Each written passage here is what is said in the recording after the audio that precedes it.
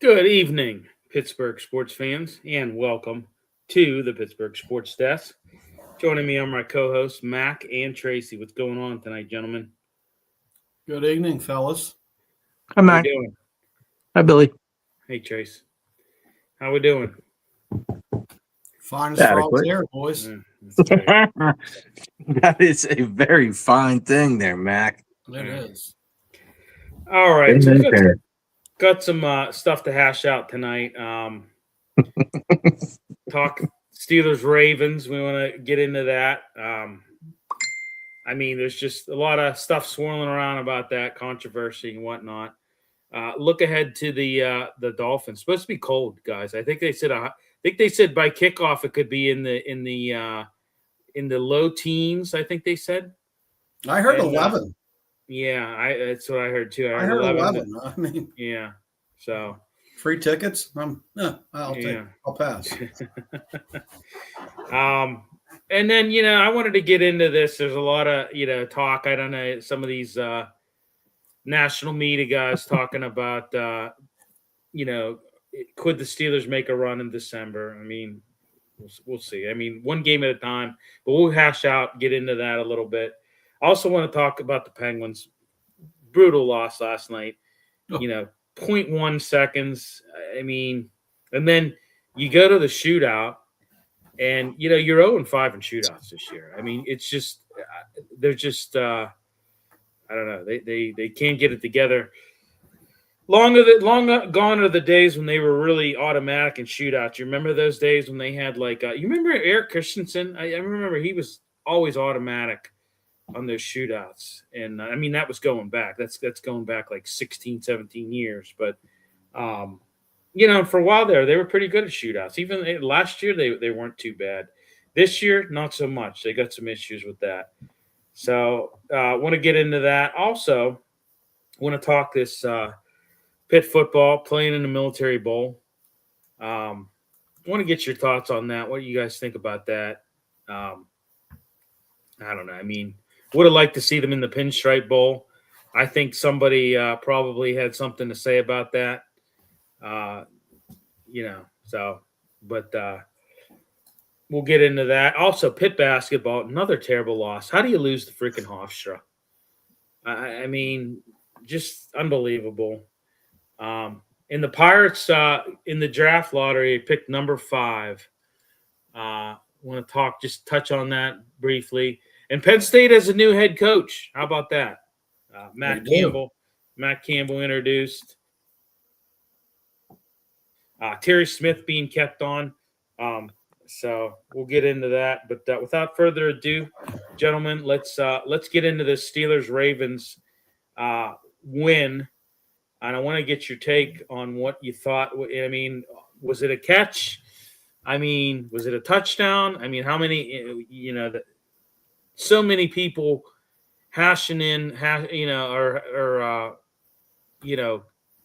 so many people are throwing their expertise on whether it was a touchdown or whether it wasn't. I got to be honest with you, and I'm a homer, but I thought it was a touchdown. I don't. What do you guys think? Go ahead, Trace.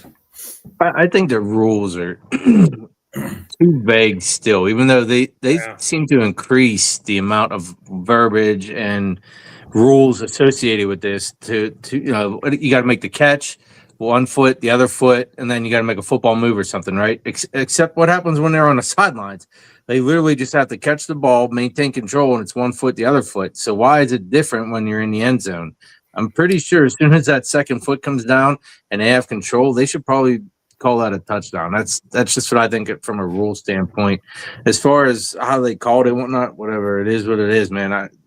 I maybe they got it right, maybe they got it wrong. What do you think, Mac? Well, I don't think there's any question that that's a catch. I mean, I played catch in the backyard when I was a kid for years, and I go back and look at it as a basic, basic sport activity. You catch the football. The guy clearly caught the ball. Well, he took 2 steps. I mean, well, I don't even think he took 2 steps, Bill. I think he landed. You think he floated? Well, I'm saying he jumped, caught the ball, kind of, and landed with 2 feet down. I look at that. Well, he did.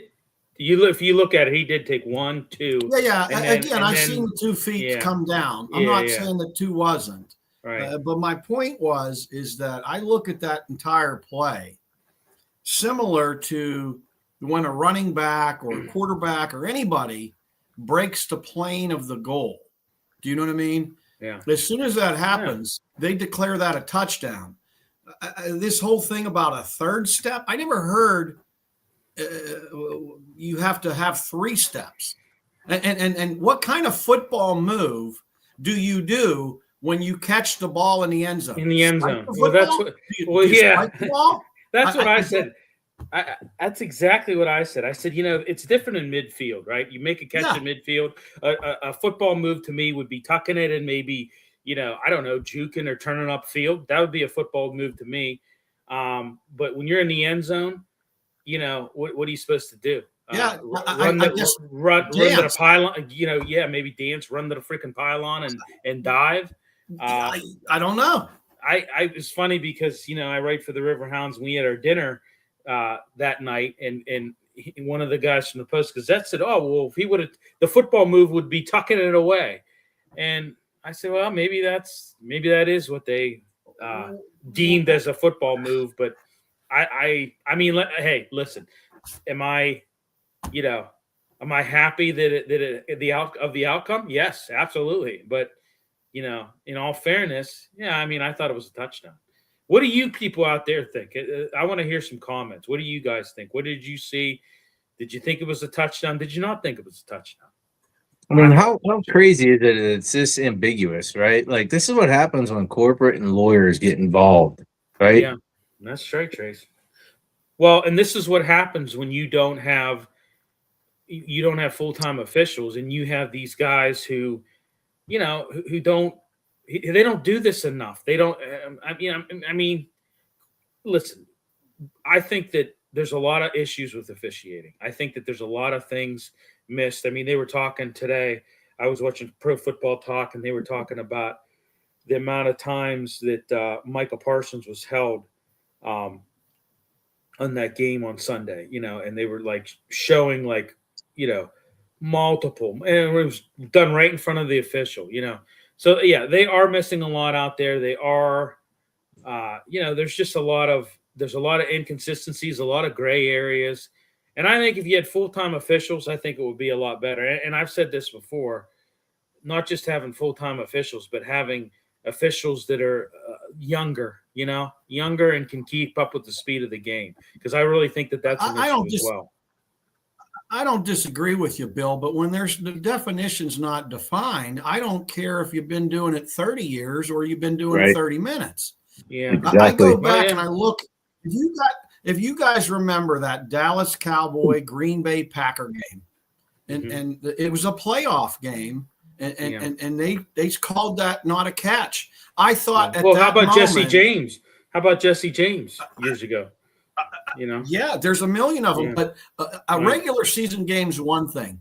But when they messed that playoff game up with Green Bay and Dallas, I thought this is going to be it. That was a decade ago. Yeah, it's insane. It is. It's still happening today. Mind you, we're the beneficiary, so voila. Right, but right. Again, if that's the Ravens scoring, this is a different show. Yeah, I agree. It's Steelers held off that late comeback attempt by the Ravens. I really thought that the game was the outcome was really hinged on a few key plays. That being one of them, really. You had that game-ending sack by Alex Highsmith on Lamar Jackson. What about Aaron Rodgers, guys? What do you think, Aaron Rodgers? I mean, he had a standout game, in my opinion. He 284 yards, one passing and one rushing touchdown. How about the old guy, 42 years old, getting it done? Got some spring in the step, did he not? He did. He ran one in that looked really good, springy. Yeah. Yeah. I mean, they came out of the gate swinging. I mean, he ripped the ball down the sideline, and it was on the money. Yeah. I don't. Yeah, and I said that. I said, we did our pregame show at North Park Lounge, and I mentioned it to a bunch of I mentioned it to Coach Todd Haley, and I mentioned it to Jerry DePaula. I said, they haven't had a pass over 20 yards since week 8 against the Packers. They've got to open this offense up. They've got to come out throwing the football. And how about the first play or first drive? You hit DK Metcalf for that deep pass on an out route, and that was just the week before that. Roman Wilson completely messed that route up. He was trying to get down that seam the same way, and he's supposed to bend it to the outside, and he never bent it to the outside nor adjusted to the ball whatsoever. And Aaron looked at him like, "What are you doing?" Yep, I remember that. But DK Metcalf had a very productive game, I thought. 7 receptions for 148 yards. It was good. It was good. I thought. So what else? What else did you see turning point? How about James Pierre interception? I mean, that guy, another guy who I think has just been. That guy just makes plays after plays, week after week. James Pierre. He's been. You know why Lamar was laughing right after he threw it? No, that's his relative. James Pierre is his relative. It's his cousin. Yeah. Okay. Yeah. Yep. So you'll see a smirk on Lamar's face. It's uncanny, and you're like, "What's he doing?" It's like, "Oh my goodness, that's right. That's his cousin. His cousin picked him off." Yeah. That sucks. Yeah. Gonna leave it down. Yeah, but I mean, that interception, in the second quarter led to the Steelers, scoring that touchdown, giving them they had a 17-3 lead. I thought it was huge. I think that's the biggest play of the game, Bill. Yeah. Yeah, I mean, I thought it was, I thought, like I said, it had Isaiah Likely, had that been enrolled a touchdown, the outcome would have been different. But, I don't know if it would have been different. I probably would have been different. I don't know that they would have been able to go. It's hard to say. I mean, they were playing decent on the other side of the ball. I mean, they could have came down at least. I assumed that, they would have went for 2. You know what I mean? If they score that right, so they would have been up 3 or up 1, I guess, right? Yeah, yeah. Going into this game, I said it in the pregame. Obviously there's something wrong with Lamar Jackson. I mean, he was battling that ankle injury the week prior. I know he was limited in practice. He's been also dealing with a hamstring injury all season. And I was telling Coach Haley, I was saying, it's been a plethora of things with him. There's been a toe, he's had the ankle, he's had the hamstring. There's been a lot of things going on with him, and that he's hampered by injuries because going into the season he was averaging 63 yards a game rushing. We all know he was a running quarterback, and he's now at 29 yards rushing. So you average, I didn't think he looked that bad though, Bill. I mean, I know he's probably milking something, but I don't want to chalk this win up to a crippled or handicapped Lamar Jackson. I thought he moved pretty well. I mean, I was surprised, but I agree with you. He does look a little off. Whether that's injury or not, who knows? Right. But he was on the injury report. So and Thanksgiving too. I noticed a lot of balls are sailing on him too. Yeah. And it seems because to be he doesn't have his plant foot. Correct. I just was going to say that he's not getting his feet set. He doesn't have his plant foot. Yeah, I agree. Totally.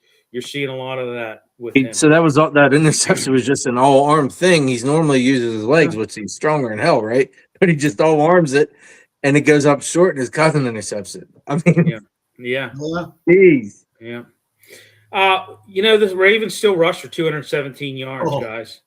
I mean, Derrick Henry had 25 carries for 94. Mitchell was in there. He had 6 carries for 76 yards. He had that long 55-yarder. Yeah, he broke that long. Yeah. So, Billy. Lamar.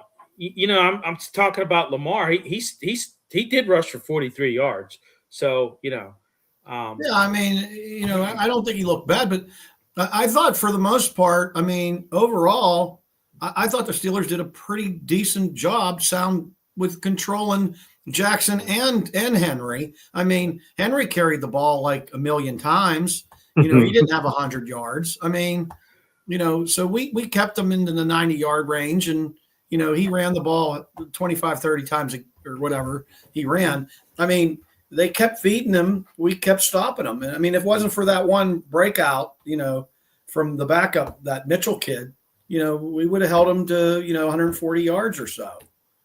So I thought it was a pretty decent game by him, on the defensive side of the ball. I mean, what'd you think of Aaron Rodgers having that tip ball that come back to him and them rolling that he was down? What'd you think about that? I know Harbaugh was not happy with that. He was chirping on the sidelines. He was chirping a lot on the sidelines after that happened, but he had a lot to say in the post game presser as well. What'd you think about that?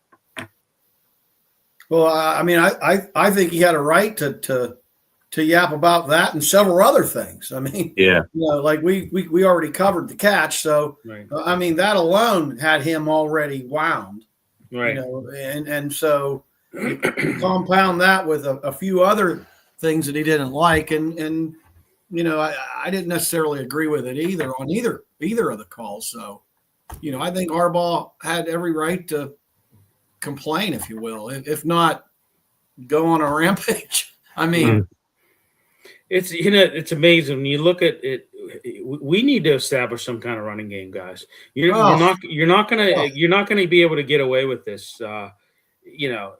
You're not going to be able to get away with this week in and week out, especially with the remaining 5 games they got. You're not going to be able to rush for 34 yards as a team. Yeah, I mean, Rodgers almost had 300. Us as an offense had 300. I mean, like, I'm just saying, there's nothing there. They have nothing, Bill. You're spot on, man. It's just, it doesn't exist. It's unbelievable. I mean, how Jalen Warren, he was number 2 in receiving in that game with 3 receptions for 49 yards. DK Metcalf, like I said, number 1 was 7 receptions, 148 yards. But I mean, God, I mean, it was just not, it's 34 yards rushing. It's not going to get a cut. You're not going to get a cut. No, they're not going to get it done. I do like what they're doing, though. I have to say with Gainwell, I mean, they're getting him some catches, getting his hands on the ball. I like him. I'm starting to like him a little more. Again, I'm not saying. How can you not? Right. I'm not saying he did anything on the running side of the football, but I think he's a great, number 2 guy. And I don't know what's going on with Warren. I mean, I don't know.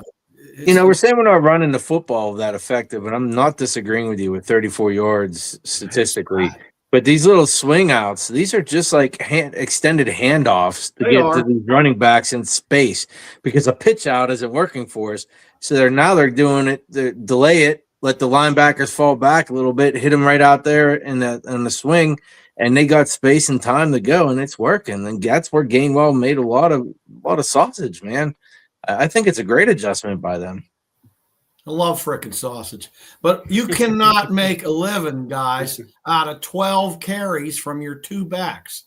Right. Not disagreeing with that either. 12 carries, 12 between 2 guys, 1 and 2. Yeah, 12 carries and 28 yards. 12 carries for 28 yards. I get it. You ain't getting the yardage. You got 3 yards, but come on. You know what I mean? That will not work if we get anywhere near the postseason. That will not work for us. No, absolutely not. That's staggering how bad that was. That's staggering. Yeah, I mean, Kenneth Gainwell, I agree. It's 6 receptions, 27 yards. He had, he had a lot of checkdowns. Obviously, a lot of checkdowns to him. So, all right, let's switch gears a little bit and look ahead here. We've got the Miami Dolphins coming in, 6-7. Hard to believe that they've got the same record as the Chiefs right now, huh? And the same record as the Ravens. How about that? 6-7, 6-7. Huh? Yeah. All the kiddies. Jeez, Mac. Trifecta. Come on. But, I will say this, it's going to be cold, number one. It's going to be cold. Not to say that, I was talking to, we were talking in the post-game show, and we were kind of going over a little bit of, what the Miami Dolphins bring to the table. And I said, they were saying about how, it's going to be cold, and that, a lot of these warm weather teams kind of struggle sometimes in cold weather environments. I don't know that maybe in 40 years ago that was true, guys. But I know that they have those indoor facilities where they can simulate a lot of the temperature changes and things like that. They can make it freezing in there. They can do that stuff, and I know a lot of them do that. They simulate the how the weather is going to be temperature wise. Usually, I know they can't simulate. I don't think they can simulate snow and sleet or something like that down in South Florida, but they can definitely turn on the air conditioning, bring it indoors, turn on the air conditioning, and simulate the cold. What do you guys think about a warm weather team going up north? You think it's any? I mean, I don't think that holds much water these days. Go ahead, I don't either. I don't either.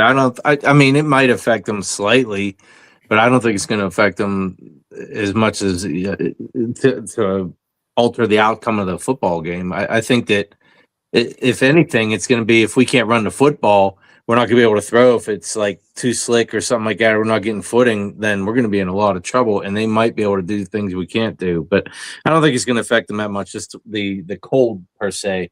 The precipitation could affect both teams if it snows, right? Yeah. I mean, right. And if it rains, you never know. The last time it rained against these teams, wasn't these two teams the ones who there was a punt that stuck in the ground? Yeah. So when you look at who the Dolphins, I'll jump in on that. I'll jump in on that weather comment, Bill. I agree. For the most part on what you guys are saying, but this Miami Dolphins team is built on speed. Okay. And they're coming to Pittsburgh. Okay. Up north, our field stinks. They're not going to be able to be that fast on this field. That cold's going to slow them down. It's supposed to be windy. So I'm telling you, this specific game, I think it means a whole lot more than it does regular. But this game specific, it's big time. Because that team's built to just fly around the field. Yeah. No, yeah. They're great. Fast on turf. They'll still be fast on our guys. They're just not as fast as they are on turf. Yeah, so they're not going to be the greatest show on turf. I'm not disagreeing with you, but I still think they're going to be fast on our guys regardless. Yeah. Well, they will, but they're going to be slower than they would be. If we were playing down there, I wouldn't feel so confident. Yeah. We got Steelers Freak 1964 chiming in. That's actually the last four digits of my Social Security number. Maybe shouldn't. What's the first one? Maybe shouldn't put that over the airwaves, but I just thought that was kind of cool. Dolphins have led the league in the last 5 games, averaging 174 rushing yards per game. I assume McDaniel knows the Steelers can't stop the run. I assume they will attempt to run all night. Yeah, I mean, I could see that. Yeah. So, Harmon playing is key. Yeah, I agree. Did you see the stat that came out on that? I was reading today that when Harmon plays, teams have about 100 yards less a game when Harmon is in and functioning than when he's not playing. Yeah, well, Steelers Freaks, right? Harmon is my birth year. Oh, yeah. So tell them the first 5 digits, Bill. No, I won't. I will not do that. I only. Okay, all right.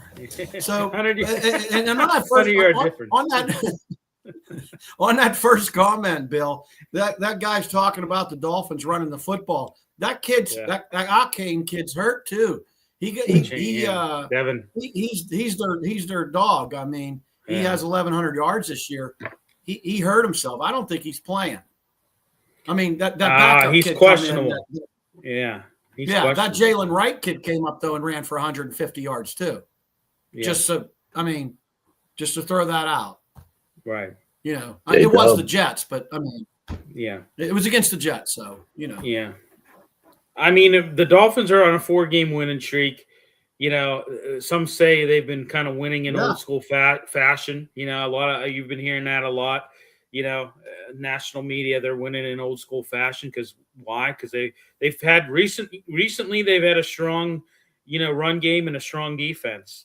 You know, and you know, their offensive line was atrocious to start the year. And I tell you what, they've actually done a lot better. I'm pretty surprised.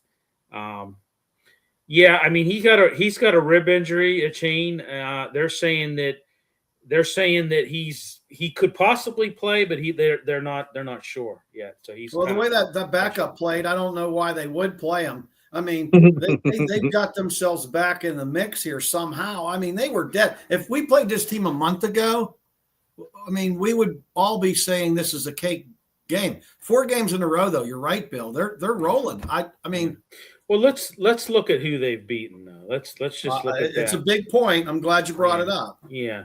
So and on what kind of turf? Yeah. So week 6 at home, they beat the Jets 27-21. Then let's see. Week 7, week 8, week 9, 10. Okay, 11. You know, they beat the Bills 30-13 at home. At home. Yeah. They beat the Commanders, which are a terrible team, at home 16-13. You beat the lowly Saints 21-17 at home. And then, you know, they just beat the Jets at the Jets 34-10, and the Jets are terrible. So I mean, you know, they've beaten terrible teams. This is what that would also give us an indicator on the weather. Yeah, I mean, they played the Jets. I think it was in the high. I think it was in the low 40s, and may have dropped to the high 30s. I think not exactly 10, right, Mac? No, not exactly. Exactly. On the river. Right, with that wind blowing. I know. Don't forget the water. Yeah. No, I think it's going to be, and who knows? We could have precipitation of the white kind coming down. You don't know. You remember that year? What was it? 2013 when they had that. They played that game against Dolphins in the snow at Heinz Field, and you remember that was the one where the Steelers were almost won it at the last second, but Antonio Brown stepped out of bounds. He did. Yeah. You remember that? That was. I do remember that. I remember that one. Yeah. I do. You know, the Steelers, like I said, sit at 77-6. They're dealing with injuries as well. You know, you got guys on concussion protocol. There's, you know, I think at this point in time, you need to build consistency after this big win over the Ravens. You gotta continue. You kind of unlock the deep passing game. This last game against the Ravens, you need to continue that.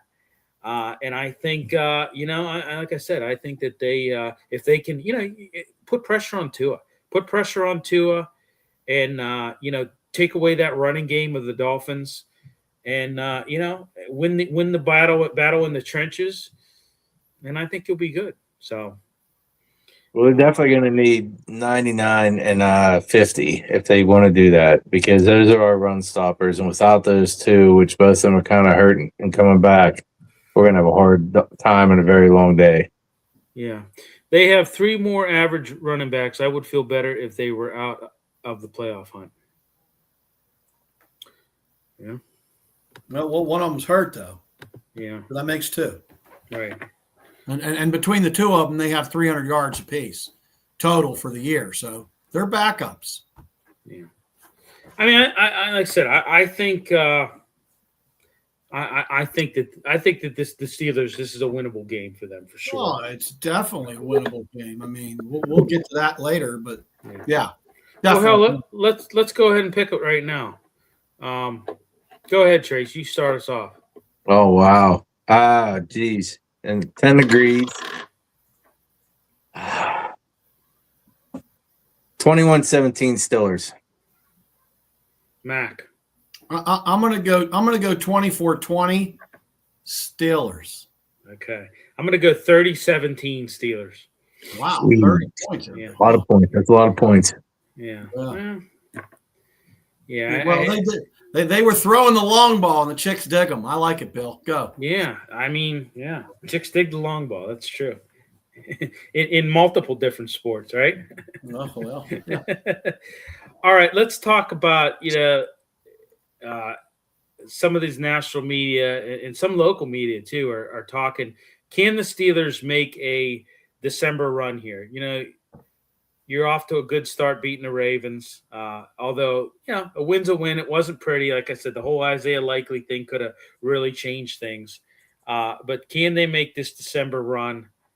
As of right now, as of December 10th today, the Steelers lead the AFC North Division with a 7-6 record. And I would say they pretty much control their own destiny right now for a division title. You just got to keep winning. You got to, as Mike Tomlin says, stack the wins. You were able to get a crucial Week 14 win against the Ravens, and your playoff probability increased by winning.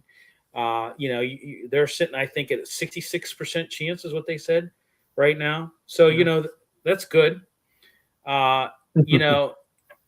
December ball, guys, is different than it's a different animal, I think, right? Oh yeah. And I think looking at what you've got remaining, the Dolphins, I think is, like I said before, I think it's a winnable game. Week 16, you're at the Lions. That's a tough one. That's going to be a tough one. One because the Lions are the Lions are fighting for, they're trying. They're 8-5, and that's a good division. That's a very good division. They're going to struggle to get in, so it's going to be a dogfight there. Correct. The Lions will be using their claws, huh? Oh yeah. Yeah, and I think and then Week 17, you're at the Browns.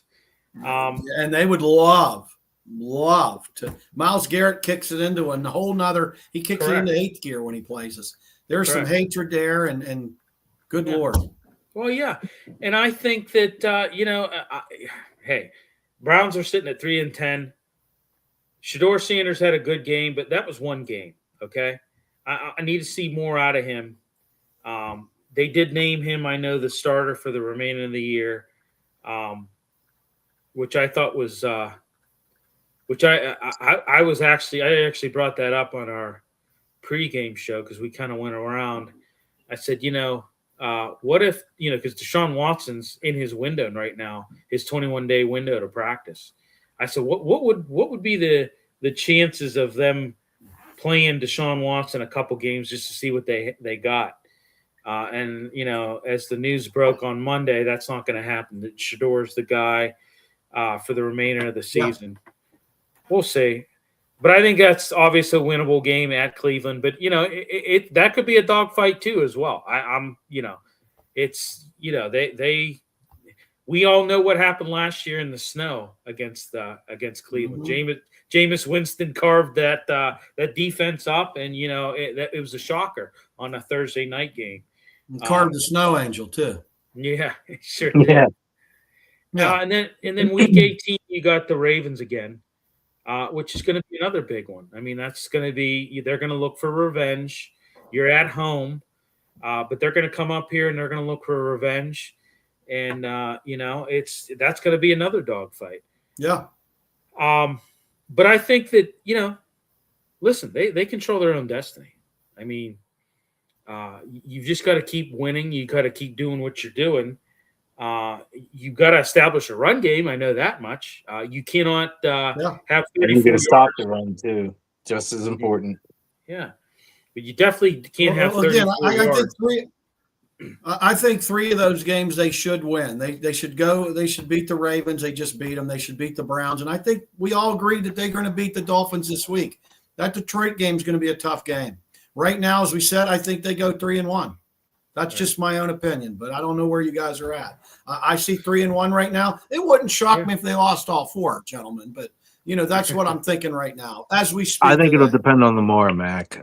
Lamar is never healthy at the end of the season, but what happens if all his faculties come back for that last game?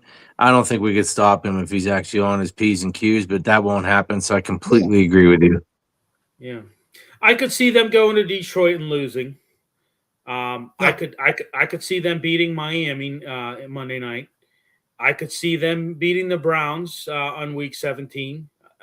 That's a winnable game. It's also a losable game. I mean, when you look at it, and then the Ravens as well. That's a winnable, losable game. It's just I wouldn't be shocked if they win. If they went 4-0, I wouldn't be blown away. If they went 0-4, I wouldn't be blown away. Yeah, because I mean, let's face it. This team it's been like a roller coaster, right? It's been up and down. Week in and week out, you don't know what team's going to show up. You don't. Well, like a pea trap, Bill, under a toilet. You know what I mean? It's kind of going like a pea trap. They go up and down too, right? Yeah. It hasn't been fun. Trace. Yeah. But I think, the most – throwing some Pittsburgh dad at us here, Bill. Yeah. The most likely direct path, I think, to the playoffs is just, we're all military guys, right? 50-meter targets. Win your freaking division. Win the AFC North, and everything else will take care of itself. In order. Well, they lost too many games. It's the only way they can do it now. Right. Well, I mean, let's they could get two teams in. You know what I mean? The way that people are tripping all over the place now. I mean, there's a lot of there's a lot of middle of the packs now. Well, I look at it. Indy fell down. Yeah. Kansas City. I mean, all these teams are 6-7, 7-6. Yeah. Well, yeah, and I look at it like this: wild card chances, I think, are less likely. I think because you got a lot of this wild card field right now is competitive. I mean, you've got a lot of decent teams. Yeah, you got a lot of decent teams that are also fighting for those spots. And I just think you got to win the division. You've got to win this division. This division couldn't be easier to win than it is this year, and you got to take advantage of that. Yeah, you got to take advantage of that. You win the division, and you're good. You don't have to worry about the wild card field and you don't have to worry about that. You win the division, and everything else will take care of itself. I'm a little bit concerned. Aaron Rodgers. I'm just hoping this wrist is, he looked good against the Ravens, 284 yards, but I'm hoping that he doesn't take any unnecessary hits and re-injure that, or I think we could be in trouble with that. I think right now he's his consistent play last week. I think you're going to need that in these upcoming games. So. Curveball, if I can. Did this week's game with Aaron Rodgers, the way he played, did it make you guys think that we were able to win a playoff game if we do Not get yet. in? No. Okay. No. I'm just asking. And I'll tell you why. Two things that jump out to me on that one, Mac. A, the run defense, and A, the running game, and the B, the running game. Yeah, I can't agree more. Those 2 points alone, no way. You gave up 217 yards. Yeah, you gave up 217 yards. You rushed for 34. That's not going to get it done in the playoffs. You'll get smoked. So enough said. Yeah. You will get smoked. So, all right, let's switch gears a little bit. Let's close out the football segment with we're going to be talking Pitt football, but let's talk NFL headlines. Let's talk what everybody's talking about. We've got to talk about it because it's just insane. Never would have thought it would happen, but Phillip Rivers is returning. He's on the practice squad, 44 years old, just turned 44, by the way, a few days ago. So he's a spry 44. He's a spry 44. Yeah. Right. He's an early 44-year-old. But yeah, just signed with the practice squad. Daniel Jones out with the Achilles injury. Unclear whether he's going to start this weekend. I was listening to Jim and Pat moving the chains on Sirius XM, and they think he's going to start. Because why would you? What's that guy Brosner that they have? That's the quarterback that they have that's available right now. And they're going to you're going to Seattle, the 12th man, right? That's a tough place to play. Seattle's playing pretty good, and I would start him because hey, you throw Brosner in there. I mean that could be that could spell disaster. At least you have a guy who's a seasoned vet, then come in there and I said it last night. I said it. We were talking. We were at work, Mac. We were at work down at the arena. I was talking to some of the guys down there. And I said it. I said, when you look at a guy like Phillip Rivers, you had Vinny Testaverde who started a game at 44. You had Steve DeBerg as well that started a game at 44. I believe Ben Roethlisberger could probably come back and give you 4 or 5 games and play pretty well. But those type of quarterbacks, if you have a good offensive line. And, if Phillip Rivers has protection, right, he can't take any unnecessary hits. If he has protection, that guy can read defenses. He knows the offense. Steichen and him, they were together with the Chargers. He, from what I understand, the offense that the Colts run is pretty much the offense that he coaches in high school. And actually, from what I heard, those two talk on a weekly basis offense. And they've been, communicating on a weekly basis. All you need to Phillip Rivers to do, A, you need him to manage the game. B, you need him to be able to know the offense, which he does. And C, you got to just have him be able to read the defenses. Yeah. What do you guys think? What do you got? What's your reaction to Phillip Rivers coming back? And the people listening out there, the viewers. What's your reaction? I want to hear it. Well, I'll throw it out. First and foremost, I'd like to throw a shout out to Danny Dimes. I feel bad for that kid on his rebound. Okay, that's first and foremost. The kid was playing great, and he had a shot for a whole lot of redemption from that Giants debacle. But getting back to this guy, and by the way, if Ben's listening, he's got a better shot at a wing eating contest than coming and playing 5 games. Sorry, Ben, but I tune in sometimes to your podcast. But I'll say this: Phillip Rivers, okay, can still manage a football game. He's still got his brain, okay, and that's a very good football team. So all he's got to do is hand the ball off half the time. Jonathan Taylor, right? And manage a football game. Right. Phillip Rivers knows how to manage a football game. So is it impossible for this team to rebound and make the playoffs? No, I think it's doable. Well, he did finish his career with the Colts in 2020, by the way, in the COVID year. He retired. I mean, so it's been 5 years. It's funny. They were talking today on the Dan Patrick Show. There was a quarterback in the 70s and 80s. I forget his name, but he played for the Buccaneers. I forget who it was, but he had started a game in 81, and they said he was out of the league for he was in the league for a while, but then he was out of the league, and his next start was in 1987. So it has happened before in the league where he knows defenses, right? Phillip Rivers probably hasn't seen a defense. He's probably seen every defense known under the sun, right? Yeah. And he knows the offense. I think he's your best bet right now. I think he's your best bet. And then there's some talk about Phillip Rivers, and there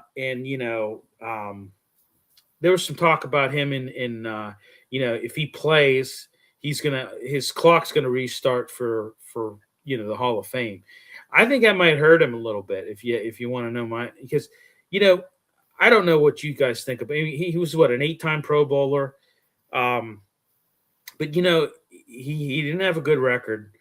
I think he had like a 4-7 or 4-6 in the playoffs. In the playoffs. And so I don't know. That might hinder him. Well, if he fails, yeah. But, let's say he, somehow gets his team into the playoffs and maybe they win a game or so. Yeah. Yeah. What happens if he finds that gear where he's like the Trent Dilfer and just manages the game like we're talking about instead of winning it and trying, Paul Malo ain't there anymore, so can't be picked off. Let's not even go that far. Let's say he comes out and he looks like Joe Flacco did when Flacco came back the first, Yeah. I mean, that's pretty good too, Trace, right? I mean, yeah. I mean, I tell you, I remember when Vinny started at 44, and he was efficient. Yeah, he moved the football down the field, and even Doug Flutie. Remember his final year when he played for the Chargers? Yep. It was he came in for Breeze. Breeze got hurt that one year. I think it was 2003, and he was like 42, 43, and he even they went on a run. It's happened before. Steve DeBerg. It has, but Phillip Rivers has a better pedigree. He has a better resume resume than any of these other guys we're talking about. Phillip Rivers is a legitimate quarterback and should be in the Hall of Fame. He should. No, I think he should be too. Yeah, I think he should be. There's no question. I mean, people don't like him. Just keep him away from the phone. You know what I mean? He can't suffer a neck injury like that. Yeah. I look at it like this, when he was playing, I would say he was probably mostly in the top 5 of quarterbacks in the league at that point. Maybe some years he was in the top 5 to 7, but I mean he was up there. I mean he was in the top 10 every year he played almost. Yeah. Oh yeah, absolutely. And an 8-time Pro Bowler. Yeah, that's a guy that should be in the Hall of Fame. I think if I had a vote, I'd cast it now. Yeah, I think his blemish is his playoff record wasn't so great, but How many Super Bowls did he have? None, right? None. How many Danny Marino have? None. Yeah. All right, let's move on. None. Yeah.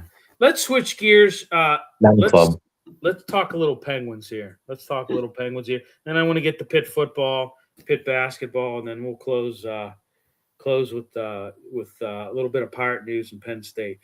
So, bad loss last night. Mac, you and I work at the arena. We were down there last night. 0.1 seconds left. You go into overtime. You go into a shootout. You don't get it done in the shootout. You're 0-5 now in the shootout this year. You've got some injuries of Guinea Malkin's out with he's been placed on the IR with an upper body injury. He's now considered week to week. Just a heartbreaking loss last night. I mean, I just you give up that game time own goal with just 0.1 seconds left in the third period. It's tragic.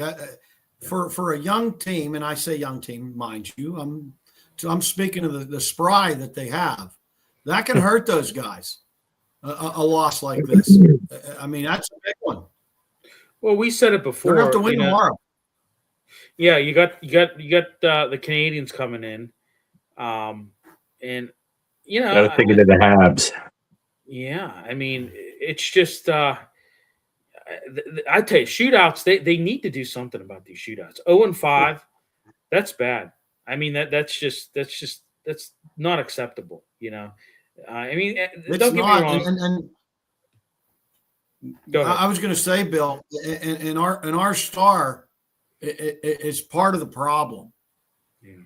Okay. I agree. Crosby is not good in the shootout right now.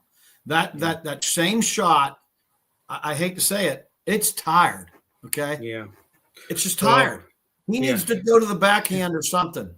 I know. He's done that. He's done that for so long, and teams now expect that from him. And they know. Hey, if we get into a shootout, they know that he's going to use that. They know that, they've seen enough. Here's a wild thing. Let him do the backhand. Okay. He has the best backhand in the game, Well, by far. Why not use it? I mean, it's that flat and sticky. Montreal coming in. They're coming in 15-11-3. Penguins now sitting at 14-7-7. Yeah, I mean, you've got to make hay while the sun's shining. And then I tell you what, you got a full slate. You've got the Sharks coming in. They're 14-14-3. On Saturday, you got back-to-backs. You got the Mammoth coming in. They're 14-14-3. So you're facing a team in the Canadians tomorrow night at 15-11-3. The Sharks at 14-14-3, and the Mammoth at 14-14-3. All in a span of what? 4 days? You've got 3 games in 4 days here. So 96 hours, and you got 4 games. Yeah. Yep. Hammers too. What would you like to see them go in these next 3 games? I say they have to win 2 of them, or they're in trouble. Yeah. Yes. I say, you got to go 2-1. That's what I said. You got to go 2-1. Have to. Yeah, you've got to go 2. You just gotta. Yeah. It'll be interesting. I'm working that game on Sunday. It'll be interesting to see the Mammoth. I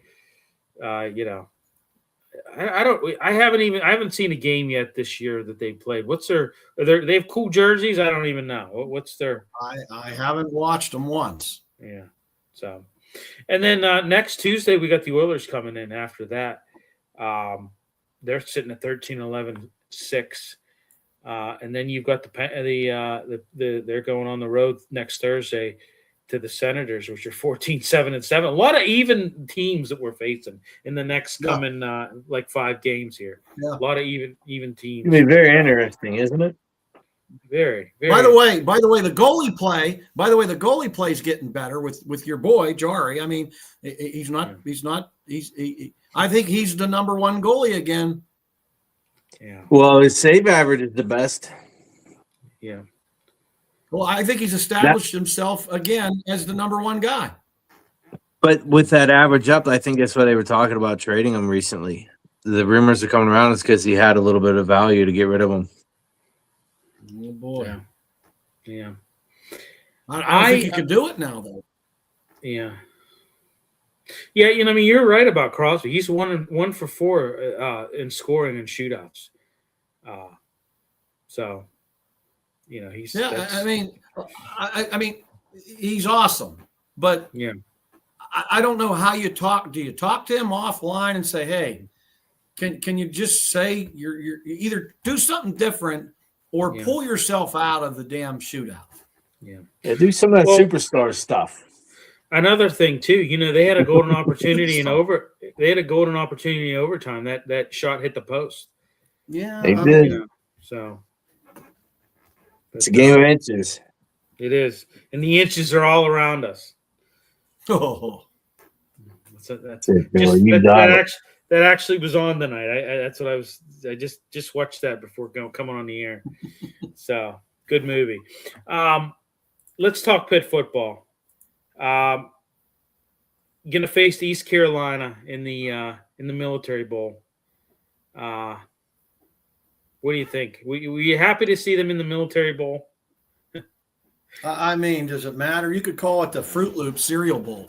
I mean, it doesn't matter. I mean, they're getting a bowl game, with the trend nowadays, no one wanting to go. I think it's great for the kids. I mean, they had an okay season, so they're going to go to an okay bowl.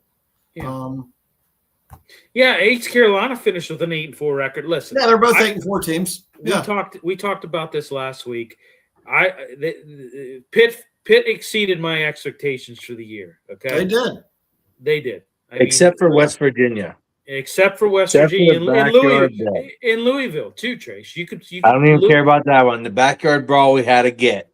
Yeah, well, the backyard brawl was a And I know Mac is he's smiling because he writes that check to West Virginia University. So of course he's going to be, he's going to be a little bit, that's a little bit of a sore spot. Worth every penny. Hey, she's doing a hell of a job down there too, from what you tell me. So, but no, I agree, Trace. That was a winnable game. You screwed that game up, and I know you don't care about Louisville, but Louisville was right in your grasp too, and you let that go too. Yeah, I'm not saying that, Bill. I'm just saying West Virginia's a terrible team. We should have beat them hand and foot. We let them hover around, and they found a way to win it. Agreed. And I said it before. You should be sitting at 10-2 right now. You really should be. 10-2 is a reach, I think, but they could have. But if you told me at the beginning of the season they had 8 wins, I would have said that's pretty good. And I hate to sound like a broken. Elated with this. Yeah. It's a great outcome. Yeah. One game. And I hate to sound like a broken record, but like in that Louisville game, and I know I'm harping on this, but there was bad calls in the first half, and Narduzzi, he let his emotions get the best of him, and it came in the way of him coaching and game planning for the rest of that game. And there was bad decisions made, and they lost as an example. He needs to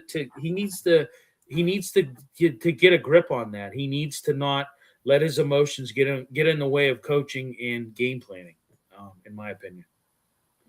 But enough said about that. Yeah. Like I said, I'm glad they're in a bowl game this year. Didn't have one last year. I'm glad they're in a bowl game. So yeah, it's great for the kids, man. Great for them. Yeah, and I mean, hey, I Mason Heinschel, I like this kid. He's the real deal.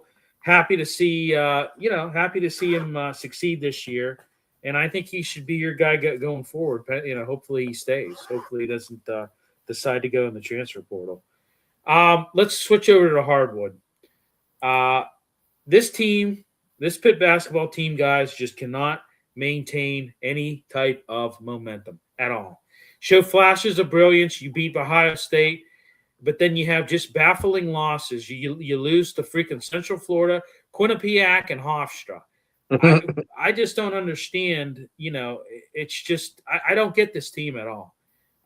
Jeff Capel has just – I've defended him for years. In recent years, I haven't because I just think that it's just – he's been more of the problem.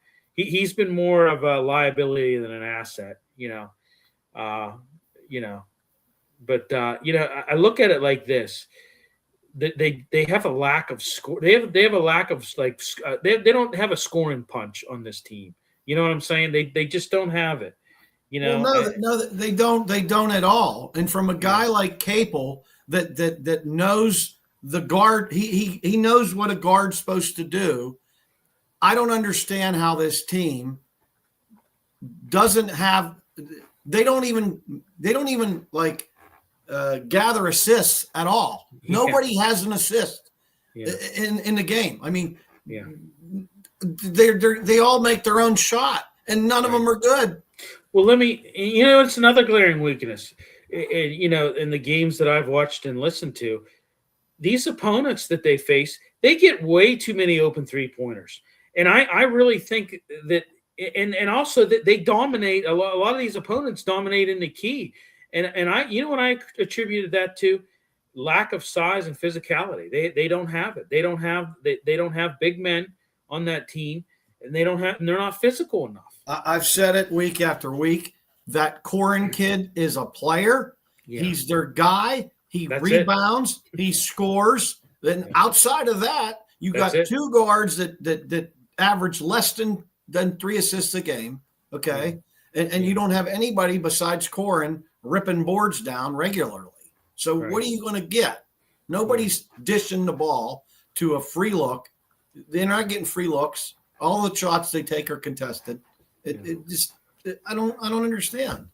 Well, and to me, the red flags have been raised for me, and they've been raised in losing these home games to these mid-major teams like Quinnipiac and Hofstra. That's just a major red flag. When you lose, like I said, these mid-major teams, Quinnipiac, Hofstra, big red flag for me. Raises questions about the team's competitiveness and just, And I tell you what, you're gonna get to the ACC schedule here soon. I hate to say it, but I think they're going to get their ass handed to them in a lot of these games. Well, they're in the basement already. You know what I mean? Right out of the gate. You know what I mean? They're in the basement for the, you know, what are they, 5-6 or 5 and what is their record now anyway? Let me look at hold on here. I think they're Well, it's not good. We could tell you that. Yeah. Here. I don't even think they're 500. I mean, I think they're definitely not 500. Here, let me just. I was just on it here. Hold on. But I mean, you know, yeah. When you're losing to teams that I can't even pronounce, it's not good for the show either. But it's so much fun to listen to Billy pronounce it. He tries. At least he gives an effort. Good job, Bill. They're 5 and they're 5 and 5. They're 500. Oh, sorry. Like, you know. Yeah. So, Rant concluded. Jeff Capel just stuck a feather in his head. You know? Right. You haven't gotten to your ACC. Mediocrity is a staple around here. You haven't got to your ACC schedules yet. I mean, look at some of these teams in the ACC. Duke, Duke right now 10-0, right? Yeah. Cal's 9-1, SMU 9-1, Virginia's 9-1, Louisville's 8-1, North Carolina's 8-1, Miami's 8-2, Virginia Tech's 8-2, Stanford 7-2. No, Clemson 7-3, Wake Forest 7-3, NC State 6-3, Syracuse 5-3, Georgia Tech 6-4, and then you got Florida State 5-4, Boston College 5-5, and us at 5-5. It's you've got some. Like I said, they're going to get their ass handed to them. I think. Yeah, you can see where the NIL money is in that. Oh, absolutely. Just read. Well, yeah, absolutely. Yeah, they're going to need a few boxes of Red X to get through that division. I'm telling you. Ooh. Yeah, that was for you. Watch that Beaver County right? shout out. That's right. But no, that's it's they're in trouble. They're in trouble. They're in definite trouble. And like I said, how I know that is losing at home to Quinnipiac and freaking Hofstra. All right, Pirates. You know what? This is just unbelievable. About they make a bid for Kyle Schwarber. It's way under. It's just way under. I tell you what a joke of a team. You did sign Gregory Soto. They're saying this is a major bullpen piece. 1 year deal with the veteran. I don't know. I mean, I don't. Another 1 year guy coming in and being a part of your bullpen. It doesn't do anything for me. They ended up in the lottery. They ended up getting the 5th pick in the lottery. It was funny because I forget he was. They had some ex MLB guy who was on, and he was talking about the Pirates bid for Kyle Schwarber, and he said it was so low balled, it's laughable. And I think it really is, guys. This team, they just want to. They do these things. They know they make an offer that they know he's not going to take, right? Just to say that they made an offer, like, see, we offered it to him, but it's just they're just a joke of a team. They're just an absolute joke of a team. That's all I got to say about that. I don't know if you guys want to say anything about them or not. Listen, Skeen said he's willing to go out and beat the drum and talk to people about coming to Pittsburgh to want to play. That's how bad it is. Like, you can't offer somebody money to come play when they get paid to play. We could have a pitcher go out and beat a drum for us. That's how bad these owners have it. Well, who was it that there was somebody other guy available, and they asked him, "Would you go to Pittsburgh?" And he said, "Pittsburgh is on my list to be as a no trade." He said, "I would not go to Pittsburgh at all." So there you have it. That's the state of Pirate baseball. Well, I mean, did they really offer him money that was honest, though, Bill? And no, by the they way, didn't. Is Kyle That's Schwarber, the whole point. I'm saying, is Kyle Schwarber worth a 5-year deal at that price? Is he worth that? I think he is. Yeah, he still has power. He still has power, and he still. Yeah. Well, What do you get? 25 mil or something? Maybe 5 years is pushing it, Mac, but I would definitely give him a 3-year deal. So, Yeah, I mean, if it we was need 3, that. it might not be 5 years. Yeah. Anyway. I mean, they undercut it. They did it on purpose. They knew he was never going to accept it. This is what they do. Well, the Phillies can do bad business, though, Bill. The Pirates can't do that. Yeah. Right.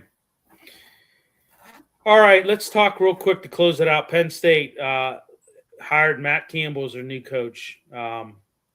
Formerly head coach of Iowa State, signed an 8-year, $78.5 million contract to become the 17th head coach in Nittany Lions history. 17 coaches. Wow. I mean, Jopa was there for a long, long time. No doubt about that. Probably was there longer than what he should have been. But brought several staff members from Iowa State, including Derek Hodger, Reed Kagi, and John Heacock, who's expected to join his staff in a yet undetermined role. They're going to retain interim head coach Terry Smith. He's been retained and extended. And Campbell actually called him the cornerstone of the program. So there you have it. A defensive coordinator, Jim Knowles, is out.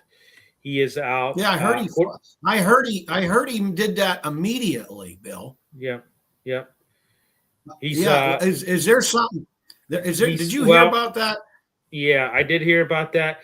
And from what I understand, is he's going to take the position as defensive coordinator at Tennessee. That's why he did that. Oh, really?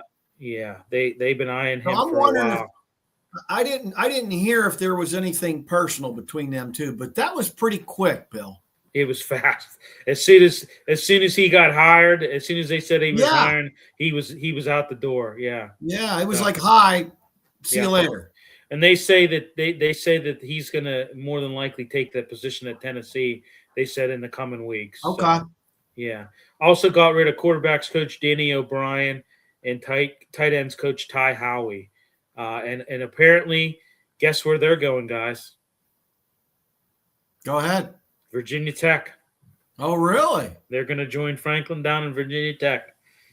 So, yeah, there you go. So they're going to have a couple late holdovers going to Virginia Tech in the coaching staff. I think Penn State's going to regret getting rid of that guy, man. I really do. I'm with you. I didn't see it at first, and now I'm starting to see it. Oh my goodness! And they look pretty dumb right now. No offense to Matt Campbell. I think Matt Campbell's a pretty good coach. Okay, yeah. And if Pitt got him after they fired Narduzzi this year, okay, and they signed him in 6-8 months, I'd say that's a great hire for Pitt. But this is Penn State, right? That's not that they went to the third string guy, Bill. They did. And running backs coach Stan Drayton is reportedly going to join the Gamecocks of South Carolina as their running backs coach, I think. So yeah, there you go. I mean, Danny O'Brien and Ty Howey go in the freaking Virginia Tech. Yeah.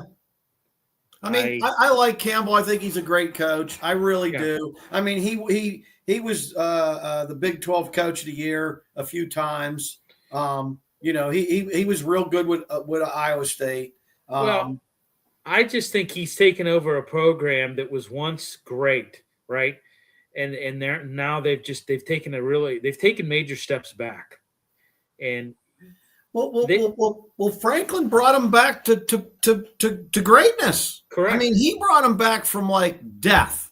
Well, and this has been a terrible year. I mean, Drew Aller getting hurt. I don't disagree. This has been a terrible year for them. Give the guy it was. What's he think about what's he think about Campbell getting hired there, Trace? Matt Campbell. Not too damn much. Not too damn much. Dog yawned. He's tired of the damn conversation too. All right. Well, I think that about does it, guys. Anything else that I missed? I don't know. To close the show, I'm really looking forward to seeing what. I know, it's not a Pittsburgh thing, but I'm really looking forward to seeing what Phillip Rivers does. I think he's going to start. I really do, and I think he should start. He should, and I'm excited. I have to admit I didn't like Phillip Rivers that much, but I got to admit I'm rooting for him too, Bill. So I think it's crazy that they don't have a backup quarterback on their team and have to pull that 44 years old. I'm going to tell you that's kind of a little bit poor planning in that department. I agree. I agree with that. Anthony Richardson has had issues. I don't even know if this guy's going to ever take a snap for them again. But it's just hey, I'm 45 years old, right? I'm going to be 46 in July. And anytime I see a guy who's almost my age going out there and doing it, it I don't know. It gives me hope. It gives me hope. You look at least a year or two younger than Phillip. I'm telling you. Yeah, I don't know about that. Maybe here in the beard, but not here in the sides. Definitely not. But no. I mean, I'm rooting for him. I mean, it gives me hope that maybe I don't know. I'm all jacked up myself, hip surgery, and I'm pulling for him. I'm pulling for him. Bill, you just put all your info out there, huh, brother? I just put everything out there tonight. Hey, this just in. Phillip Rivers, he's going to donate his whole salary to Jonathan Taylor. Right? I think it's great. So. All right, everybody. Hey, we'll be at North Park Lounge on Monday doing our pregame show. There's not going to be any postgame show this week. We get everything kicked off there Monday at 3:30 p.m. We're going to be starting pretty early, 3:30 p.m. Wow. We've got a full slate right now. We've got Mike Osty joining us at 3:35. We've got Paul Zeiss at 4 p.m. And then we've got Coach Todd Haley joining us at 4:30. We've got Zig Fracassi at 5. Anthony Halkeas at 5:15. And then we got Consigs picks. We got Rob Pizzola, who is a professional gambler, who's going to be joining us, giving some picks. And then 6 p.m., we got Jerry DePaula and John Fedko joining us to close everything out. So, and that's going to be the show on Monday, the pregame Sounds show. Solid, actually, man. That's a good deal, Billy. Yeah, no postgame show because it's going to be kind of late, and we're not going to be doing any postgame show this week. So tune in for that, Steel City Sunday, and we'll be back next week, folks. And I'm sure we'll have a lot to talk about, gentlemen. Right? Yep, absolutely. So see you later. All right, everybody. Thanks for tuning in. We'll talk to you next week. No Steelers.